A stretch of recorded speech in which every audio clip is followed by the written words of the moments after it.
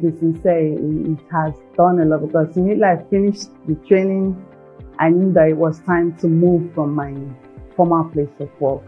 And I said, running up my CV, I told myself it was time to move. And then even before I got my exam, accreditation and all that, I told myself, you have to, push on your CV and start moving. And immediately my exam came out was one of the things that gave me that push, because the interviewers asked me, I said, yes, I have my AFM, and then they asked me a few things on financial modeling. I was able to answer, and then I got the job.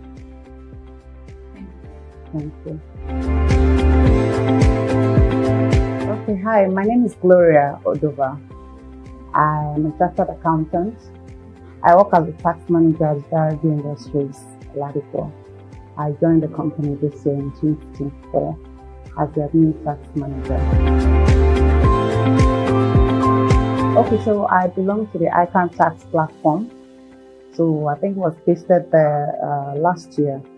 So it's something I've been planning to do, but I never had the opportunity and a good platform to train for it.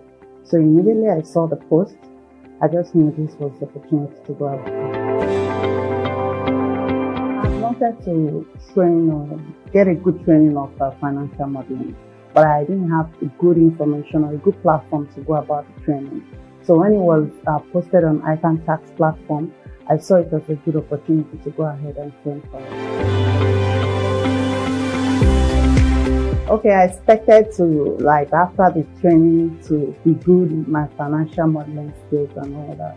During the training, I wasn't so, I expected a physical structure, where you come for the training, but then I saw that everything was done virtual. At first, I was a bit skeptical, but then the short videos that Mr. David was putting up, it was interesting, because anyone that I don't understand, I would just quickly go back, slowly look at them and then get a grip of it before I could go to the next video. So at the time, I got used to it, and it started flowing, and then I started getting used to it. So it became very interesting over time.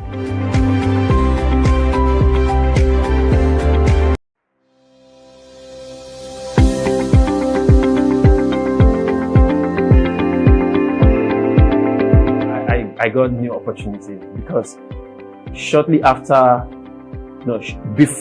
before the exam, I got a new role. That was when I started my new role at CyberSoc Africa. I remember during the interview, I really made case out of financial modeling and leading a finance team, right? And unfortunately, I was going to use it. I wanted to use it in my previous work, which was at Nine Payment Service Bank. But yes, this juicy role came in and was really, really helpful. FMA was really helpful in getting that role, because now I have to really participate and help the organization in project financing. My name is Samuel George, AFM, ACA. Currently, I work at CyberSoc Africa. At CyberSoc Africa, I'm currently the finance manager for Nigeria operation. How I heard about the FMA was when I was really researching on how to grow myself within the investment banking space and know more about investment, and wanted to learn financial modeling thoroughly. And I came across dbrown. Although I have known dbrown for a very long time, we met ICANN level space. So I enrolled for a financial modeling academy last year. So it was from there the FMA stuff really came out, and I told myself, okay, I think I would really love to go for this course. And one of the major reasons was because FMA was the major reason. Sitting for AFM exam was the major reason I did a course with dbrown last year, but I couldn't have the exam. But luckily for me, FMA came up, scholarship came up, and I tapped into it, and now today I'm an FMA. Yeah, it was really a sweet experience. Honestly, it was a beautiful experience in the sense that because it was self-paced. We have some self-paced classes, and and it was really good. Explanations of basic principles was very clear, and especially when we got to the part of step by step of passing AFN exam was really wonderful. And I honestly appreciate the fact that that we actually had classes that we teach you how to build financial modeling for real life setting, and we had the one that would really help you to pass AFN exams. I think that is really, really cool for me. For some, maybe it's possible in some places, they will just teach you on how to pass the exam. And once you pass the exam, you are good. Then after passing the exam, you are now coming back to face real life situations. But right now, okay, I honestly can fix into real life situation.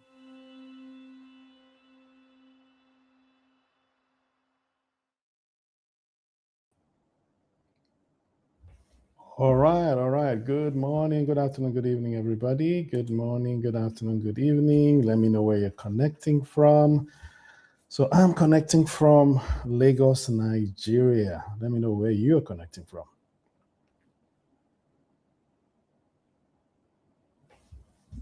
Okay. Let me see where you're connecting from. Okay, so today we're going to be talking about, will AI replace financial modelers? What do you think? The answer is yes or no? No maybes, yes or no, right? Yes or no in the chat. Let me see. Do you think AI will replace financial modelers? Well, I can give a very short answer. Absolutely not. In fact, I think there's going to be more work for financial modelers going forward. A lot more work, and I'm going to explain why.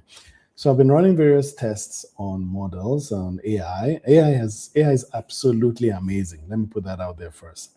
Absolutely amazing, right? So AI is going to augment financial modelers, not replace them.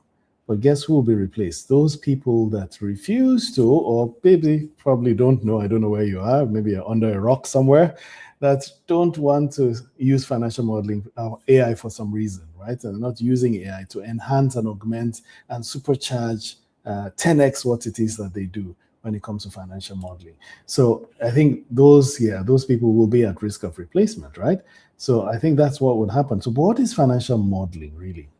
What is financial modeling? What does financial modeling do, right? For those that don't know, so you have, when you're building a model, you're basically trying to replicate reality in a spreadsheet, right? Okay, here we have Alex from Ogun State. Hi, Alex. You're trying to replicate your reality in a spreadsheet. Now, but you're trying to help organizations make better data-driven decisions when you're forecasting their performance going forward, right? And typically, depending on who you're building the model for, you have various requirements, you have various needs, but you have various outputs or key outputs that your user of the model wants to be able to answer. So knowing what that key output is very essential. And then you build a model to answer those questions that you asked at the beginning. Now, why is it called financial model? Is because their outputs are usually financial statements. You have your profit or loss account, your cash flow statement, your balance sheet. Those are the standard financial statements that you get from building a financial model.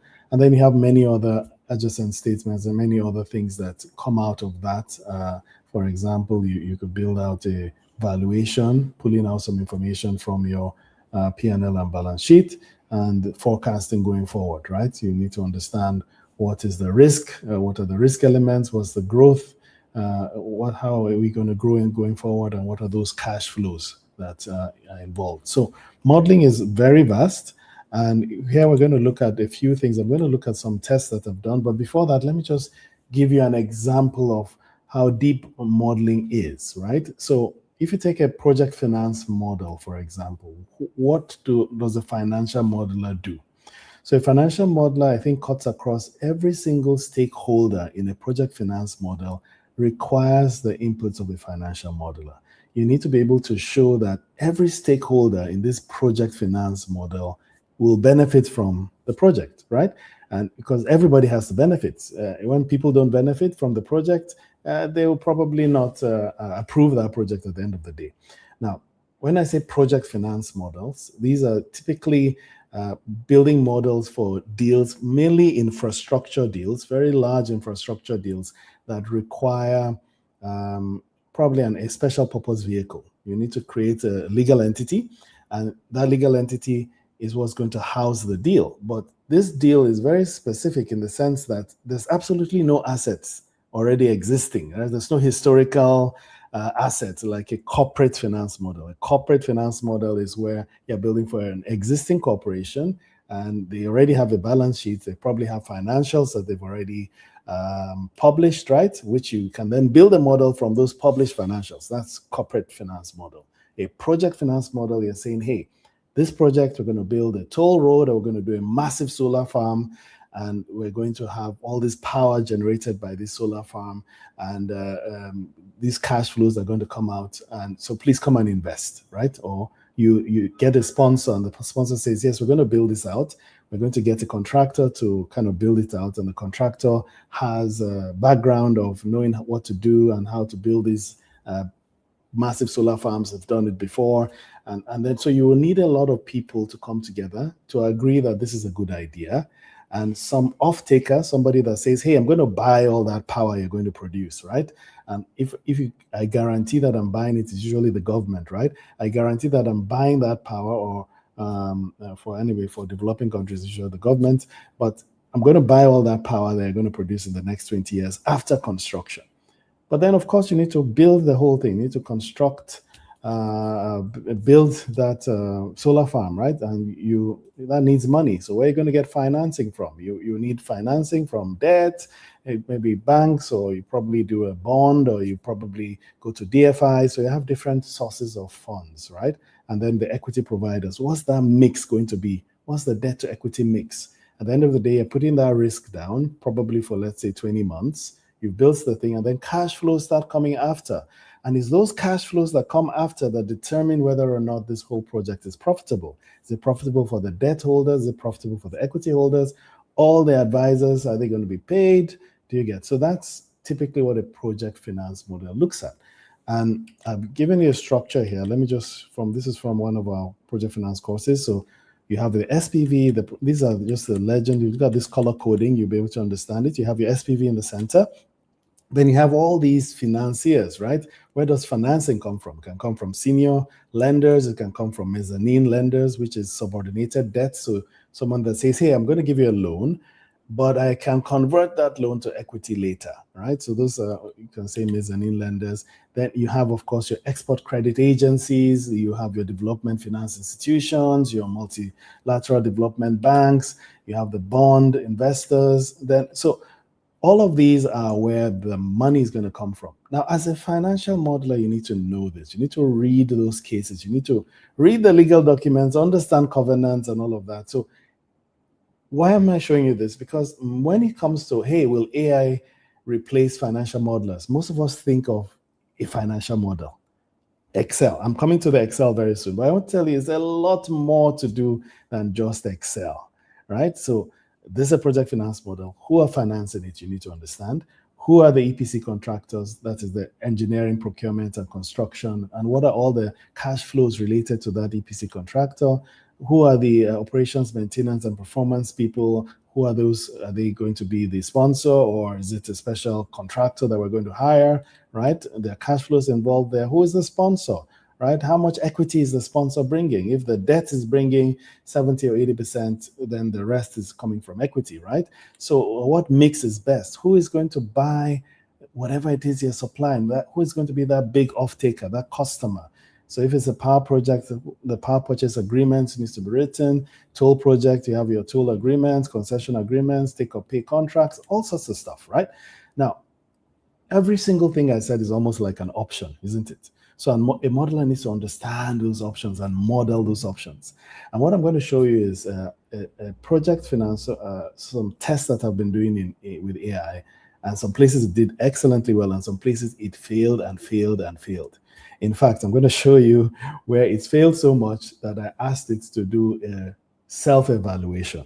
I asked AI to do a self-evaluation and evaluate itself. So you're going to see AI's detailed self-evaluation that it did. I think probably last week I did that with AI or some time ago. I'll show you its own self-evaluation. Then you can see what limitations it has when it comes to actually building models.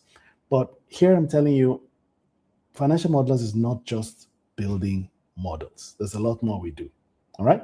So you have inputs and suppliers. That's another section. Then you have all these advisors that you also need to kind of bring into the whole project finance mix, right? You have your security trustees, your legal advisors, your technical advisors, your insurance, your ESG advisors, your marketing, market consultants who want to do the study. And of course, the most important advisors of all is the financial modelers, right? Who are the financial advisors. And everybody has money-related issues, right? Or money-related payments. So the financial advisors kind of see everything. Then I have your key documentations that you will need in the project finance model. Common term agreements, facility agreement, security agreement, direct agreement. And then, of course, you have your cash flow waterfall. And this is a very detailed list. You won't have this in all projects. But I'm giving you a big picture view of one of the most important financial models that you can build, which is a project finance model. So I'll show you how AI got through this, and probably I'll show you a corporate finance model. So what we're going to do is this. I am going to give you another highlight. Yes, AI will not replace financial modelers, but a financial modeler who uses AI will replace one who doesn't. That one is very clear, right? If you're not using AI now, or start using AI now and start understanding how to use it in depth, you most likely are going to be replaced, right? So, right. This is a small schematic I just showed. This is your typical approach to building a model. You first have to define your KPIs or define the key question that the model needs to answer. So you're building a model. Why are you building a model? What's that key question the model needs to answer? Identify the model outputs, right? So what are those outputs that are going to help answer that key question, right? So you interview your clients, you interview internally and understand, okay, what's that key question the model needs to answer? Oh, we want to sell our company. Or the key question is, how much are we worth, right? How much are we worth? And to know how much we're worth, you need to do evaluation, right? So an output will be, okay, we're going to do evaluation, different valuations, maybe a DCF, maybe equity valuation, or some kind of valuation anyway. And then you then be able to find out how much we're worth, right? Or a range of values, right? You need to identify, okay, what are the inputs that go into this calculations to get my valuation, right? If that's your key question the model needs to answer. Then you need to now develop all the logical connections between those inputs. You understand the logic. And then once you do that understanding, really everything I've mentioned is your detailed specification document. You would have got that in detail, understand what the client needs, do a detailed specification, then you build your model. So you can see building the model is very important, but it's just a piece of the puzzle, right? Then you need to then enter data assumptions into your model. Where do you get the data assumptions, all the research? I typically will take a proxy company that already exists and then break it down and see what drives it, what the drivers are and stuff like that. Some of you that are here that have probably done our financial modeling academy, you know how to restructure the financials of a company, take the financials and tear it apart, go to the notes to the account and all of that to dig out information, right? And then you then need to test your scenarios and sensitivities, and then you do your reporting, presentation, and you finalize the model. Right? In between all of this, you're brainstorming, you're collecting data, you're doing model audit and quality assurance. So this is your typical financial modeling approach. And I can tell you, AI does extremely well in nearly every part of this. But if you want to use AI, at the end of the day, AI is going to produce something beautiful, right? But who audits it? So what I'm going to do is this. There's another webinar coming up later, a couple of weeks, I think, where we're going to do head-to-head, a detailed head-to-head of model build. But I'm going to do a mini head-to-head right now. I'm going to kind of come up here, and I'm going to show you, is this Fed manufacturing? Is that what we're going to use? Okay, let me see. I'm going to show you something we do in our course, right? So we have this, we have on dbrown consulting, if you're done our financial modeling academy, you will know that you usually have to do exams. By the way, exams are coming up in a couple of days. Is it tomorrow, right? Who is writing an exam? Type in the chat. Who is writing an exam and watching right now, watching this webinar? I think you're writing an exam tomorrow, really, virtually tomorrow. Who is writing an exam? Let me know. I probably advise you not to watch this webinar and go and read. Go and build your models, man. Go do your mock exam. This mocks, how many have you done? So typically our students go through lots of mock exams. So let's pick one. Let's pick one mock exam. This is just page 1 per wave. So we're going to pick this one. Let's pick this mock exam, right? So our students typically do this. Let me download this. All right, just download this. Okay, I think I have already. Okay, and I'll download the historicals. Save. I think I downloaded the solution already. And this is the question itself, right? So let's, open a new. Okay, let's download this question. Let's see. Okay, so pure wave SIP. Okay, right. So typically we try and get our students to build a model within 3.5 hours, right? The exam itself from the Financial Modeling Institute.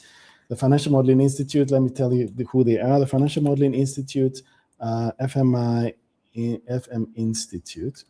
Institute. So Financial Modeling Institute is the only accreditation body for financial modeling globally. And they do exams. They test you something similar to what we have. So what you have here, they'll give you historical financials, and you need to build a 3-statement financial model from scratch in only 4 hours, right? And you're given historical financials, and you're given something similar to what I have here, right? So you're given historical financials, you have your case here, you say, hey, Pearl Wave Sips is a world leader in manufacturing and marketing carbonated drinks, and company provide blah, blah, blah. So you have the financial model, you have the sales, details of the sales and everything, variable cost, fixed cost, and stuff. And then you're meant to build this model in 3 hours, right? So we're going to give AI to build this, right? We give it this instructions and say, hey, build this model. Let's see what it does. Now, while it's doing that, I don't think it's this one. While it's, let me get to the file. Let's quickly get the file to build this model. Let's see. So Purview Solutions, no, historicals. Okay. So I'm opening the file, and I'm going to show you some things that AI did that AI messed up on. I'm going to show you that soon. It's a project finance model, and AI had some interesting issues around that. So, but anyway, this is the exam. So this is the model, per SIPs. What we're going to do is I'm going to go to the Home tab, and to the right, you see Claude, right? And at the bottom right, if you're using Office 365, you see the Office 365 button. And this Office 365 button, I click it, you will see that this is Office 365. And one beautiful thing Office 365 has done recently is you can choose what, or Copilot has done, Copilot in Office 365, you can choose what the model, which model to use. By the way, I didn't even introduce myself. Wow, I'm just excited to share this stuff with you. I am David Brown. I'm the managing partner of dbrown Consulting. I'm a Microsoft MVP on Excel and Copilot. I'm also a master trainer, master instructional designer. I'm a very proud member of the Global Financial Modeling Council by the Financial Modeling Institute. And I have many other hats, but right now I'm a financial modeler because that's what I love. I've been building models for 25 years. Yeah, about 25 years. And teaching Excel for 30 years, probably. I do a lot of data analytics as well. Okay, so that's me. You can check me out on LinkedIn and the rest. Okay, so let's jump in. So this is a model. What we're going to do is we're going to tell AI to go build it. We'll come back and see what it did, right? But I want to talk to you in general about other things as well. And then we're going to see how AI failed. So, so I can actually click on Claude as well. See, this is Claude. This is Claude. I can give it instructions to build. And this is Copilot. Now, Copilot recently, under the auto, you can actually pick either a GPT, which is OpenAI, GPT, or you can click on Claude. You can pick one of these models, Claude model or GPT. So I want you to decide. We're just going to use one. Later, when we do another webinar, we're going to do a head-to-head. We're going to do a Claude versus OpenAI, right? Claude versus ChatGPT. We're going to do a head-to-head. We'll give you the model and see step by step how they think through building the process, right? So on the chat, tell me, who do you want us to use? Claude or Copilot? Claude or OpenAI, ChatGPT? ChatGPT or Claude? Choose. Which model do you want? Type it in the chat and I'll pick it, okay? Meanwhile, let me get back to my slides, and I've shown you the process, right? The process of modeling. Can AI do a lot of this? Yes, it can. AI puts to the test. I'm going to basically show you, I put AI to the test on certain things, right? I asked it, I gave it a project finance model. Let me show you the model I gave it. So I gave it a project finance model, and this project finance model is pretty detailed, right? So I built it to an XA level, and then I created a bug. I created a, let's say, there was a circular reference issue in the model, right? And then I asked AI to find it. AI went through different hoops and couldn't find it. But this is a typical project finance model. It's not only that, I also gave AI a half-built project finance model, and then I asked it to complete it, right? So, and I'll show you the completed one and see what it is. So a typical project finance model has timings, very important, escalators, revenue, O&M cost, construction, and you can see it should be beautifully set out, very neat and tidy. Oh, this is not neat and tidy, this N is. Okay, let's see what this is. This is, oh, okay, let's see, any. It's not neat and tidy, guys. That's be neat and tidy, right? So anyway, so you have this, and then you have tax, you have financial statements, you have term loans, you have share capital, you have key metrics, you have VBA, circularity management, right? So this is typically a model, right? And one important bit in the model is timing, right? Your start time, your end time, your period flag, and your counter. You typically have timings, what I call, you have the dot timing, you have the band timing, and then you have the beat, dot, band, beat. So the dot is basically a timing on one particular timeline, one specific time within the timeline that it starts. Let me use operations, it's kind of better. Operations. So if you look at operations, for example, the dot flag will be one start date. When did operations start? Oh, here it is. Operations started here, right? When did operations end? Operations ended all the way, it's just a dot. Then you have a band. The band is basically, okay, what is the operations period? The operations period is from the start to the end. Now, these timings are so important in project finance, right? And then you have counters to count 1, 2, 3s, right? So these timings are so important, right? And then, of course, you have your annual financial statement. You have your annual financial statement where you can then do a comparison against a case, and then you have your probably a typical dashboard. It's just a quick, easy dashboard where you're comparing your live model, which against which is a P10 model with gearing, equity first, and level payments against your base model. Now, AI is not too good at creating all these combo boxes. It doesn't really create them. AI also doesn't do a VBA. The VBA bits, it just can't go to the VBA, that is developer, and create those visual basic circularity calculations. It needs your help there when I did the tests. But let me tell you, when I created a kind of a circular, let me show you the circular reference. Let me go to the AI tool. So AI, I asked it to do a report card, but I created a circularity somewhere, one deliberate circular error. Let me see where that is.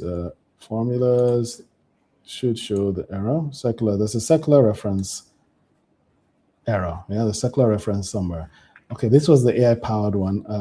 I also asked AI to actually build from scratch, not from scratch, from where I started. I'll come to this now, but I want to see this circular. I think this circular is stopping me from seeing that circular, so I'm just going to save as and change it up a bit so that we can see what I'm trying to say. Desktop. Okay, let's just save this. I'll come back to the AI shortcuts. AI likes to take shortcuts when it builds models, right? as any financial modeler knows, you don't take shortcuts when you build models. You need to know what you're doing. You need to always know what you're doing. So there's nothing like shortcuts. You can't take shortcuts. So let's go to the desktop. I'm going to save this. I'll open it again, and then you'll see the error. Okay, so let's close. Right, and then so let's now open up this. That's OTO. I do not want any enable. Okay, good. So let's open desktop.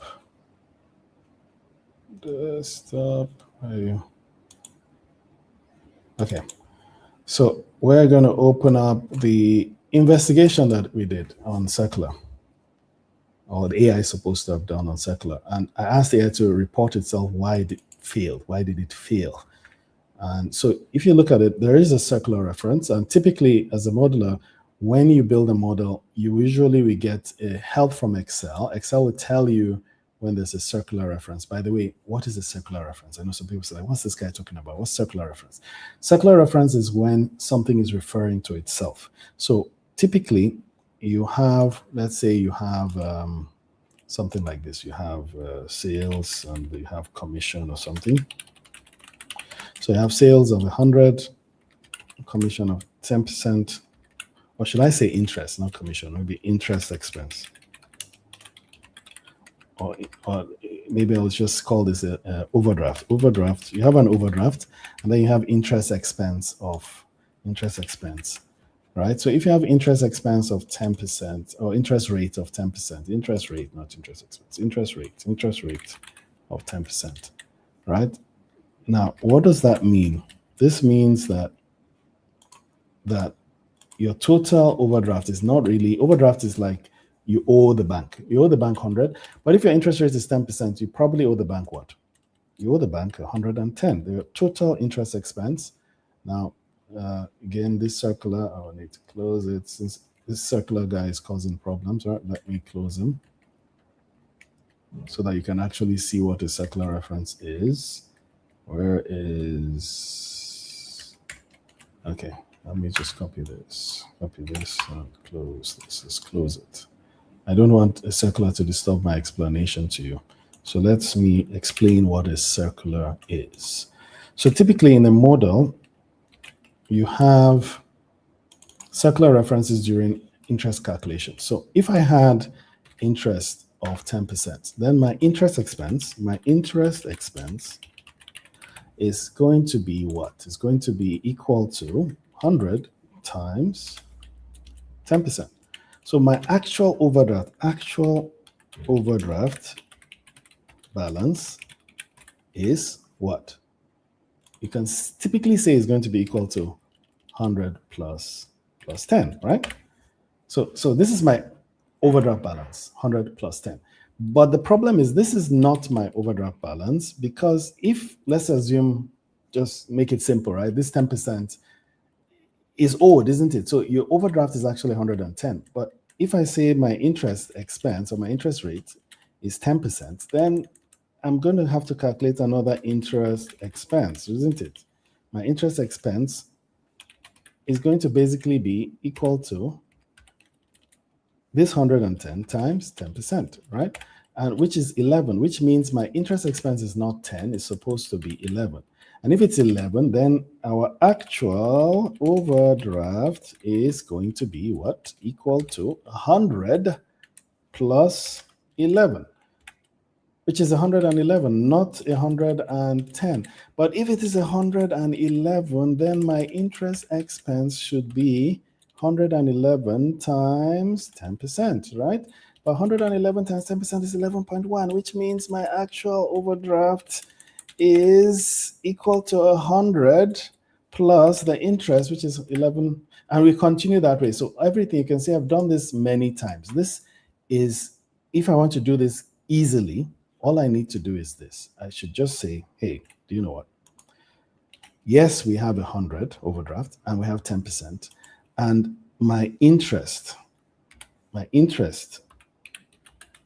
expense, or my interest expense, if I say interest expense or interest expense is equal to interest expense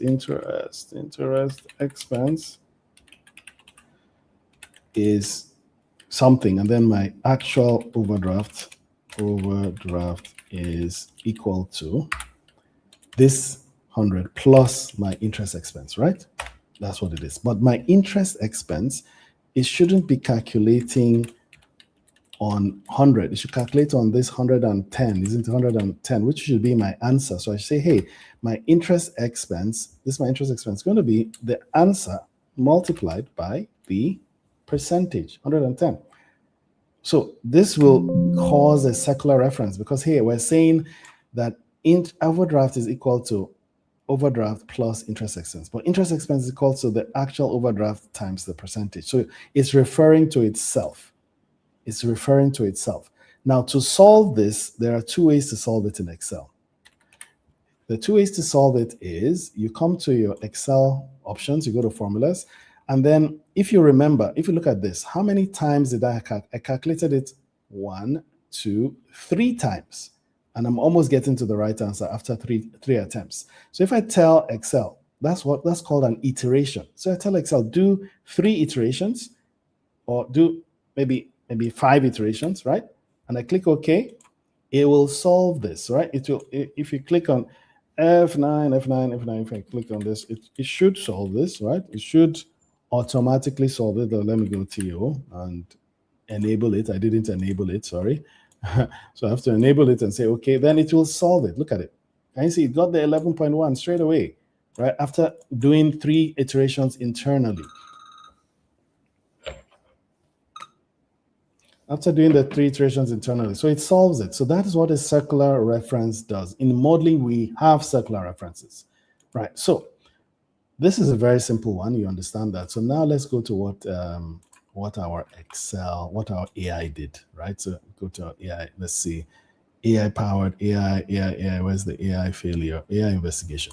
So I asked it to kind of review itself. So what AI did is it didn't find the circular problem. There was a circular reference error. There was a circular error, but it couldn't find it. It didn't find that circular reference. So, and when I asked it to investigate, it kept on doing various things. So when you use AI, it's going to do logs.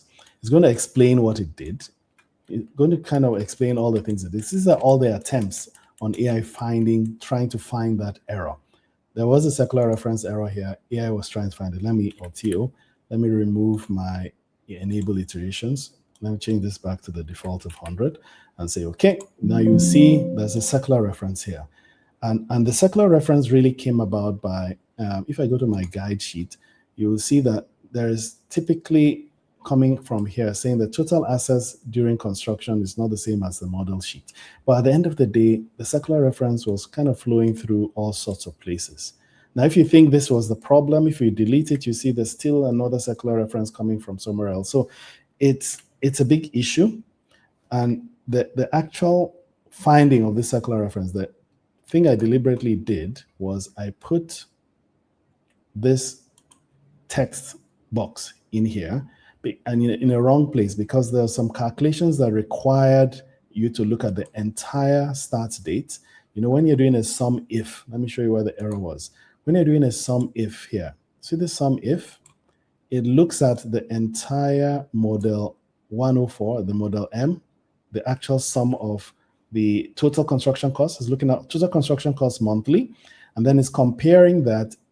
Is comparing my start date, which is this start date up here, July 1st, and saying all the construction costs in my monthly model from 1st of July to 31st of September. I want to see it here. I want to sum it. Because in my monthly model, you can see it's monthly, but my annual model, or my model here is quarterly. This is my quarterly model, right? Quarterly model. So there was an issue around summing. So why couldn't it work? Because I looked at the entire row. So I'm saying, hey, go and look at this entire row and go find the dates that are greater than or equal to whatever is in this row, and also less than or equal to what is in this row. So AI couldn't audit that. And let me show you what it said, why it said it couldn't audit. So look at this. Where AI genuinely helps, before I go into the audits, these are from my research. AI does extremely well on specifications for client meetings. So you have a client meeting, you probably recorded that client meeting, you have a transcription of that client meeting. You and AI can go back and forth and understand the specifications even deeper. And you can probably train a skill. There's something called training a skill in Claude or a Codex, and train AI on how to work like you and constantly train it. And as it learns, you tell it, okay, all my discussions with you, update your skill. So it's something like that. So as you're doing specifications with AI, you can get it to update its skill. Then brainstorming on idea validation, domain expertise. You have your own domain expertise. You can brainstorm with AI, but you need to have your domain expertise. Then getting first drafts of your final documentation, excellent. Model documentation, excellent. Model building, it's good, but it still has errors. And unfortunately for the non-modelers, you must be a modeler to find those errors. And if you're not a modeler, you don't have domain expertise, you won't find those errors, like this one I'm showing you here. So this is where AI failed. Timing inconsistency. It didn't use timing. It decided to just build the model without those timing flags for project finance. So it ignored timing. It didn't follow left to right consistency. It did a little bit of hard coding. And then, of course, the circular reference detection was a problem. So I'll go into the circular reference detection and see, okay, where can we find, where did it have issues in this circular reference? I asked it to, this was its log. Anytime Claude is working on a system, it puts a log. So I told it to do an investigation by itself, do an internal investigation of why did you fail? So this was my prompt, right? I asked it, I said, decode in plain English why there is a circular reference generated by computing a sum in blah, blah, blah. This is what AI did. The AI traced the full dependency chain. Pretty good. This is really good work. It went through all the dependencies and stuff, the tolerance levels and everything. And then you had formula examined. These are all the formulas it examined. Then it did an identifying the financial cost circularity that already exists in the model. That's financing cost that's already built. We use VBA to solve one other circularity. It found that. But then it incorrectly, this is AI given an audit report. I asked AI, give you an audit report of yourself. Why did you fail? So it said incorrectly concluded that I-150 circular reference was related to the financing cost loop explained by the VBA macro which we created. Failed there, missed it. Then I told it, hey, you're wrong. Do it again, right? So I have So I told it I've solved the previous circularity with the VBA code. What I need help with is the new circularity reference triggered by inserting a formula in cell I-50 and linking this recon formula to blah, blah, blah. That's me talking to AI, isn't it, right? Asking it to do a better job. AI failed again, still missed the root cause. It continued to miss the root causes until I now told it the answer at the end. And then it now found it, right? It continued, so it was wrong 6 times. Right? If you like to see this file, I probably should send you this report file. Investigation is very, very important. So after lots of attempts by AI, it failed. And then I now asked it to tell me why did it fail. So this is the circular reference chain. It found that nicely. Then root cause analysis. It did a root cause analysis. It said why it was hard to find. It now explained why it was hard for it to find it. And this is very important to understand why AI in the current state as of today, being the 8th of May, what it can't do, right? So I asked it to then do a small summary. So let's go to the summary at the end. So this is the summary at the end. It says, lessons learned. What did AI learn? Whole reference create invisible dependencies. These are the lessons that AI learned, why it can't do stuff. Whole row references create invisible dependencies. Right? So when it has whole, because why? Because AI Claude traces formulas dependencies by parsing formula text. It does cell by cell analysis. That's how AI works in Excel, cell by cell. So when you have a dependency that's an entire row, you highlight the entire row, it fails to find that. Circular reference can produce correct looking values. So another issue it had is my secular reference. If you look at the model, let me go to the model, on my guide sheet. So what I do in the guide sheet is I try and make sure that this is 0. If this is 1, if I type 1 here, you will see it makes a highlight error. But when you have a secular reference typically results to 0, and 0 is really what I needed here. So it saw 0 here and said, oh, that's okay, it's not an error, because it's true, 0 is not an error, right? So that's okay. So it didn't think that there was an error when it came to the text, right? You didn't think, since there's 0 here, then there's no problem, because the error kept coming here and it saw 0 is good, so why is there an error? So it failed to understand that bit. Secular reference can produce correct looking values. Then it says that the API has blind spots. The Office API that it's using, because it uses an Office API to do all this modeling, Excel.application returned calculate state of done with no errors. The API does not expose the secular reference list that the desktop client shows. What it's trying to say in English is, if you go to model, you as a human being can see this image, but from the API, it won't show this, right? And then if you go to formulas, formulas and go to error checking and go to secular, you see the list of secular error, the chain of secular errors. So it won't see this. This is basically what you see in your graphic user interface, right? This is your GUI.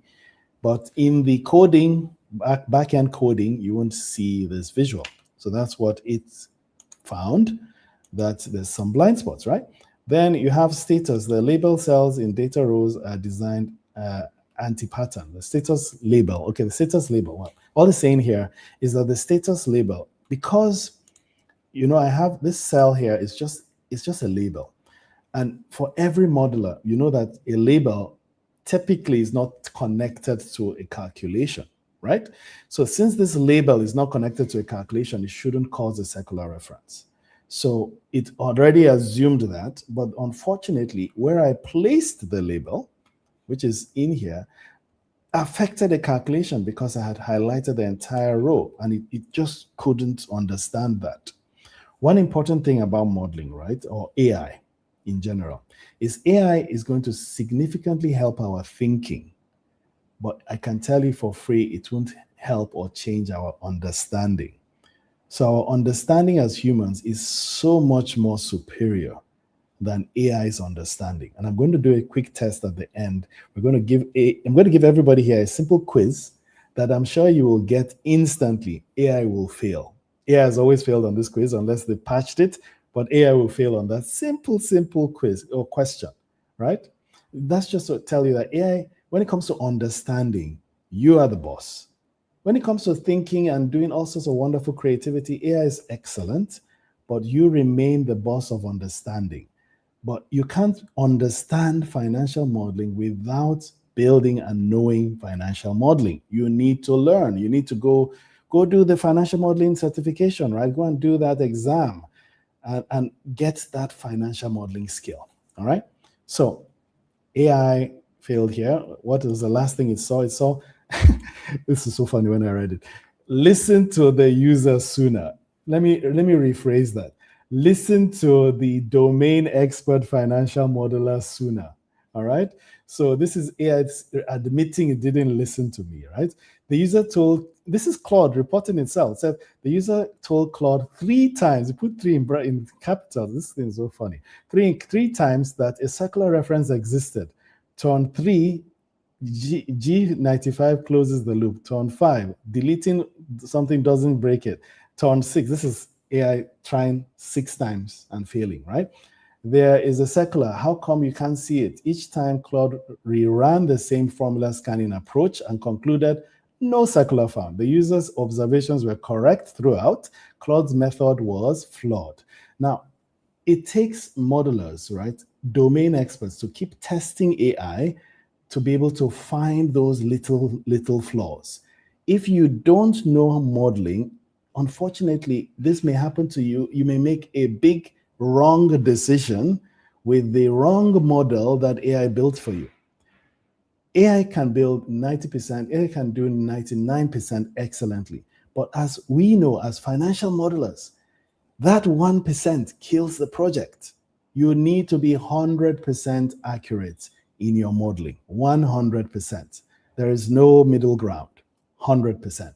So while AI is going to significantly augment our financial modeling skills, it will not replace the experienced modeler, right? So someone that doesn't know modeling and just relies on AI, you're at significant risk. But someone that knows modeling, guess what? You can build 10 models in the same time it took you to build, let's say, 3. You can quadruple your efficiency and productivity.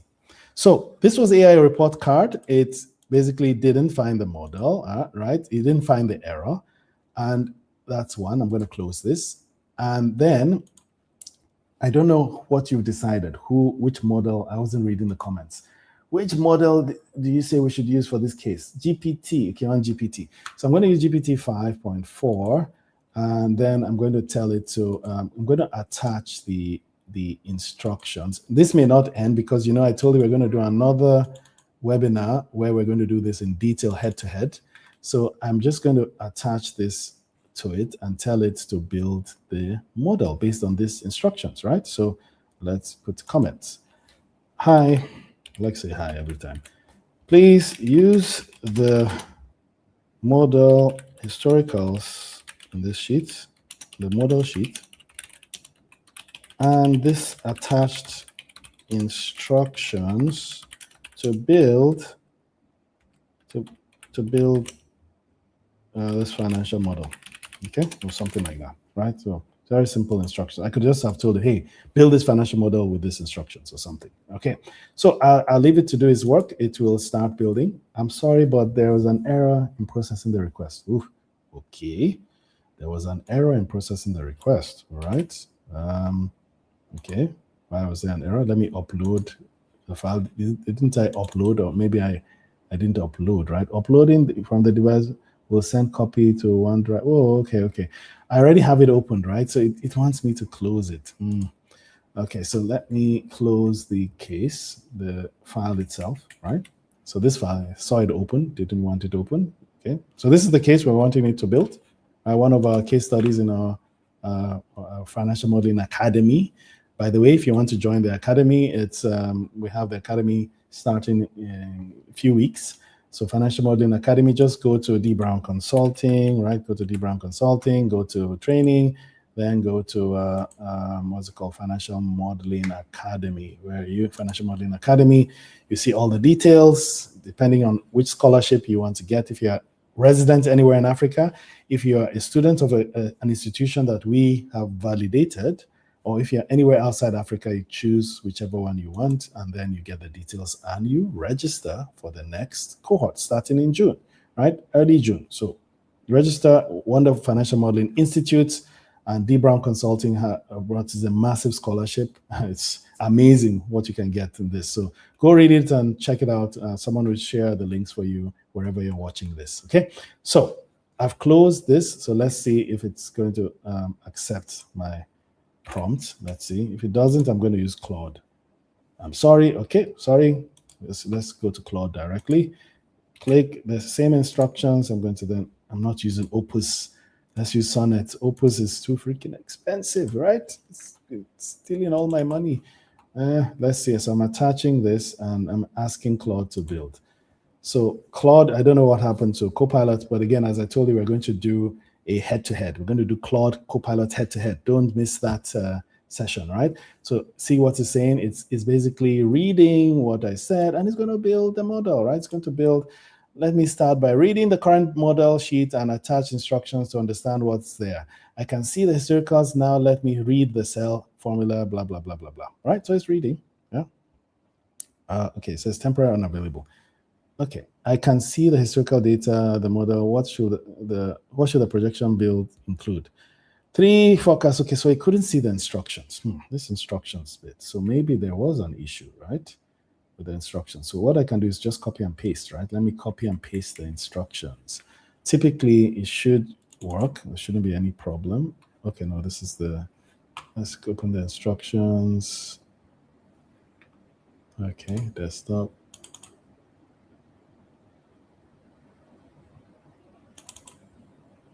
Okay. So I'm just going to do a Control A, Control C, and I'll say, let me see something else. Skip,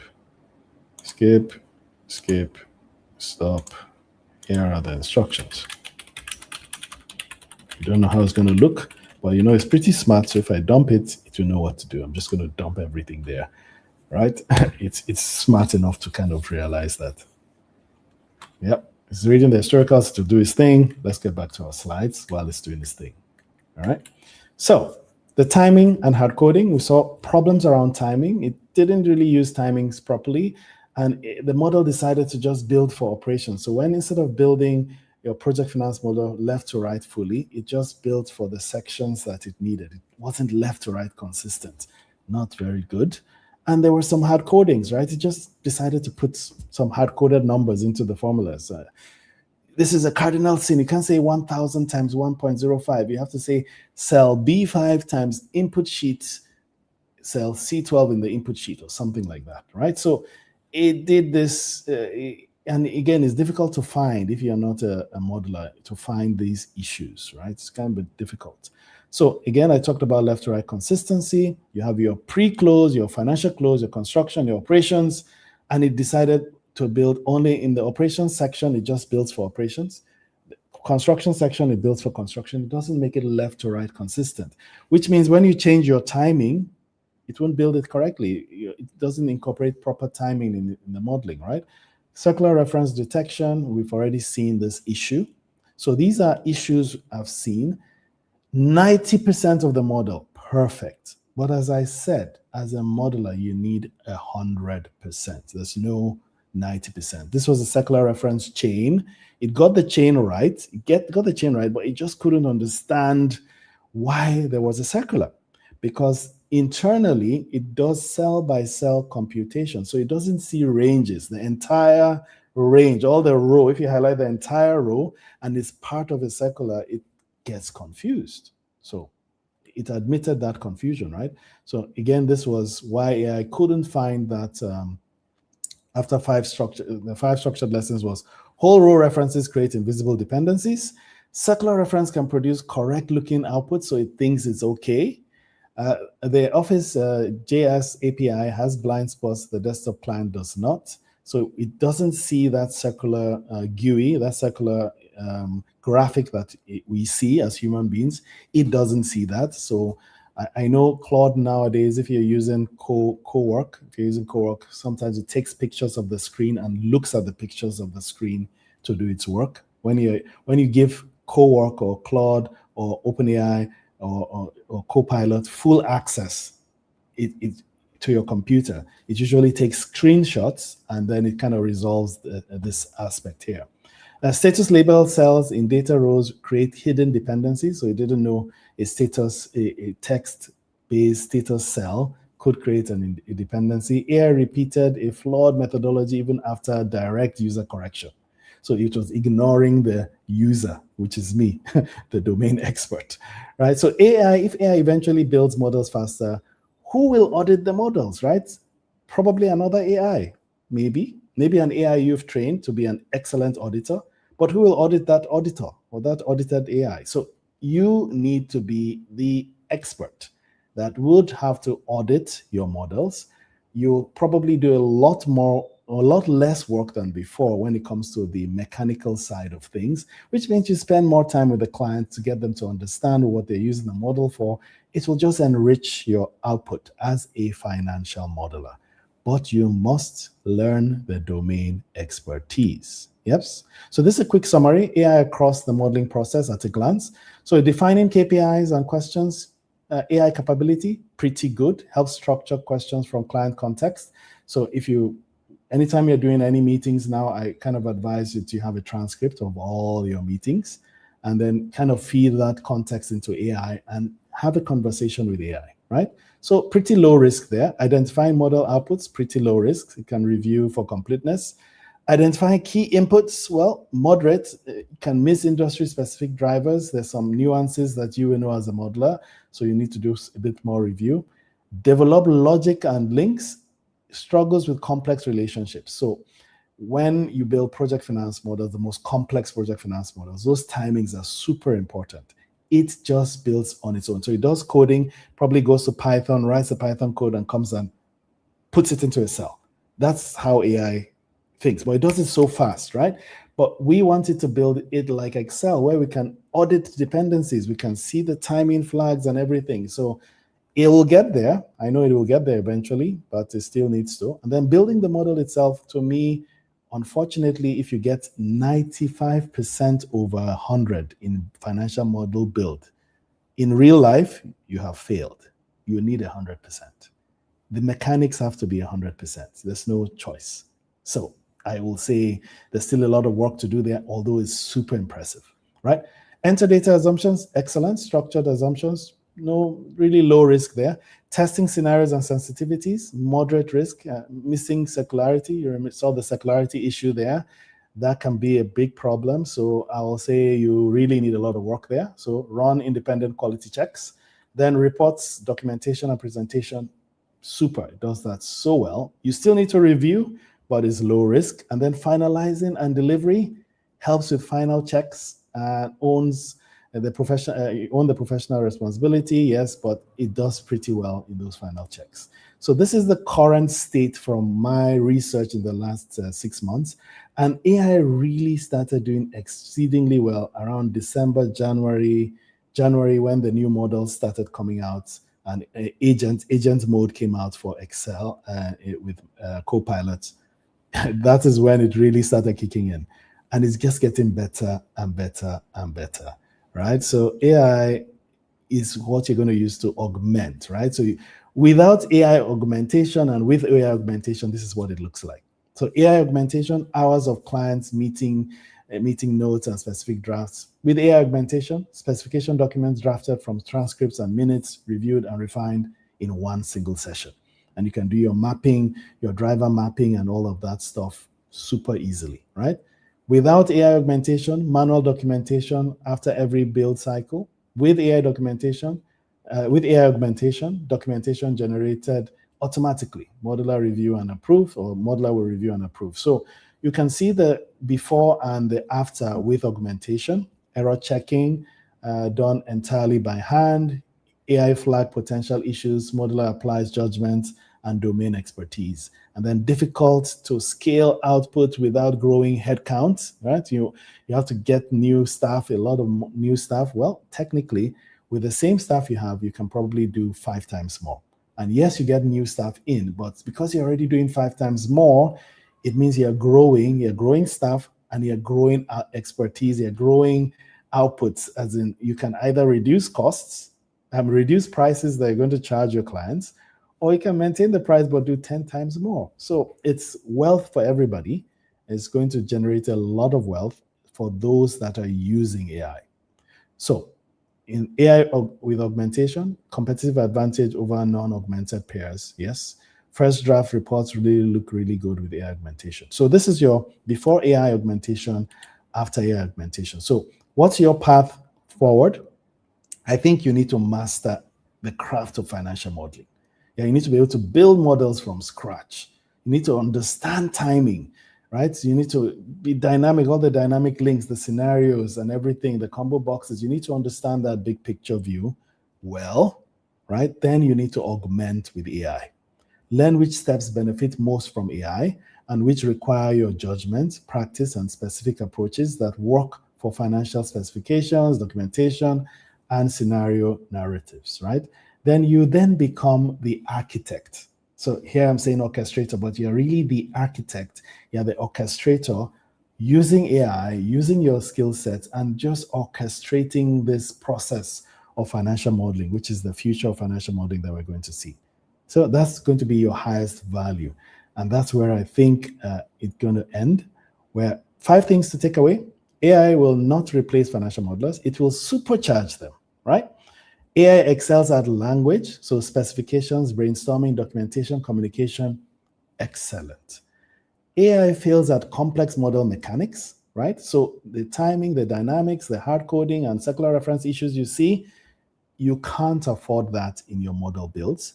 So it will help you build, to help you write Excel formulas and some other things like that, but you can't finalize the model build with AI. You just can't. You need it to you need it to help. I mean, at the end of the day, I mean, let me show you one other model. Let's see, quickly put it up. Where is this model? AI did some interesting stuff. Okay, so I had this model where I want to just show you what AI did. So look at these calculations that AI did, right? It ignores left to right consistency. It just ignores these timelines. It says, hey, this is an operations calculation. So I'm just going to do it in the operations section, right, of my project finance model. But guess what? What about when my timing changes and the operations don't start at around this time, start somewhere here, right? It can't, or it's not automated. So at the end of the day, when we build models, we ensure that everything is tied to timing. 100%. It's fully dynamic. So AI's models currently are not fully dynamic, and because of the way it builds those models. And the way it builds those models, it usually causes other issues. You can see AI building. You can see Claude is building the model right now. It has created a schedule. It has done assumptions. It has done scenario. It's going to do scenario. It has built summary sheet. Why did it do all this? Because of the instructions, right? You need a summary sheet. Can you see it's already building the model itself? You can see it has created forecasts, right? Oops, forecasts. And so we're going to do, you can see it's already built the balance sheet. Is it balanced? Let's check. Is the balance sheet balanced? Not really. It has not balanced yet. So it's still working. And in our next webinar, we're going to see a head-to-head, right? Head-to-head. So wherever you're watching this, we are going to post the link to the next webinar where you're going to see a head-to-head of Claude and OpenAI, which is Copilot, right? Copilot's use of Claude and Copilot's use of OpenAI, ChatGPT, right? So Copilot basically uses all different models, right? So it usually was OpenAI at first, really, and then now you can have as many models as you like in. We can see Claude there. So we'll see this wonderful head-to-head, and I'll be doing a commentary, right? We'll have Claude on one side, ChatGPT on one side, and we're going to put timings there, and it's going to be live. So we're going to say commentary and back and forth and see how it does, right? So you can see it's doing pretty well, but you'll see this in the next one. You see how it builds out the scenario summations and formatting and all of that. And then we will decide who wins, right? And then we'll do a little bit of audits to see who really made mistakes when it comes to a corporate finance model, which this is. But you can see project finance model, it's not there yet, all right? So I hope you've enjoyed this session, and let me finalize by saying these are your 5 things to take away. You cannot audit an AI-generated model without deep expertise, right? The time to build that expertise is now, before the gap between augmented and non-augmented modelers widens further. You need to be an augmented modeler. And that brings me to us in the Financial Modeling Institute, Financial Modeling Academy, and the sponsored by the Financial Modeling Institute. Register for our Financial Modeling Academy, because I think it's probably the cheapest way you can get this, because it's a special scholarship for residents of Africa and students. So we can teach you the expertise to become that domain expert, and you get an international accreditation, right? You get an international accreditation from the Financial Modeling Institute, right? So the Financial Modeling Institute, the exams, if I go to Advanced Financial Modeler, you will see that they do the exams, Advanced Financial Modeler exams, and yes, it's a bit pricey for Africa, and they have graciously partnered with dbrownconsulting, Consulting, where even my own course is super expensive too. So there's a course you're going to be able to get all of this for a super, super great price. So this is what you get. You basically, if I come down here, you'll see, and by the way, this price is going to change. This is the last time you're going to be able to get this price I'm going to show you. You're going to go through building a real model. We'll first teach you how to build a real 3-statement model of a real company from scratch, 7 weeks, about 6-7 weeks. You'll do that. And then the last week, once you do that, you'll be able to take any financial of any company and build it from scratch. And then you will now take the last week, the FMI, the Financial Modeling Institute, will come to the online class and take you through what to expect for the exam. Once they take you through what to expect for the exam, we will then give you access to another course. We, D Brown, will give you access to a step-by-step course that will take you very granular how to do the exam in less than 4 hours. We also take you through this mock. You're going to do all these mock exams. You're going to have accountability partners that will help you through the process. And you get all of this: financial modeling course, the exam prep, the primer, modular primer, community access to communities, live Q&A, all worth about $2,871, including the exam. You just saw what, $725. You're getting that for $347. All of this for $347. You definitely should join. We do it only twice a year. The next cohort starts in a few weeks. So register for the next cohort.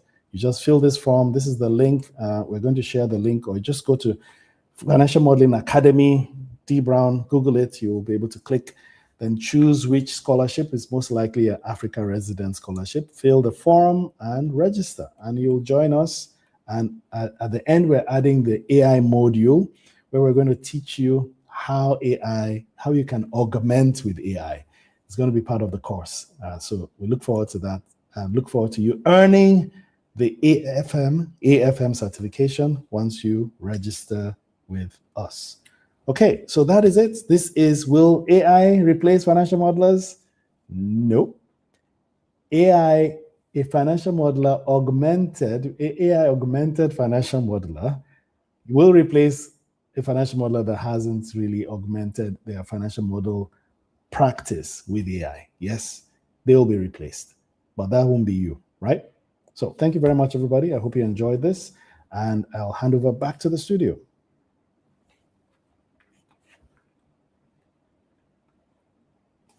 Bye-bye.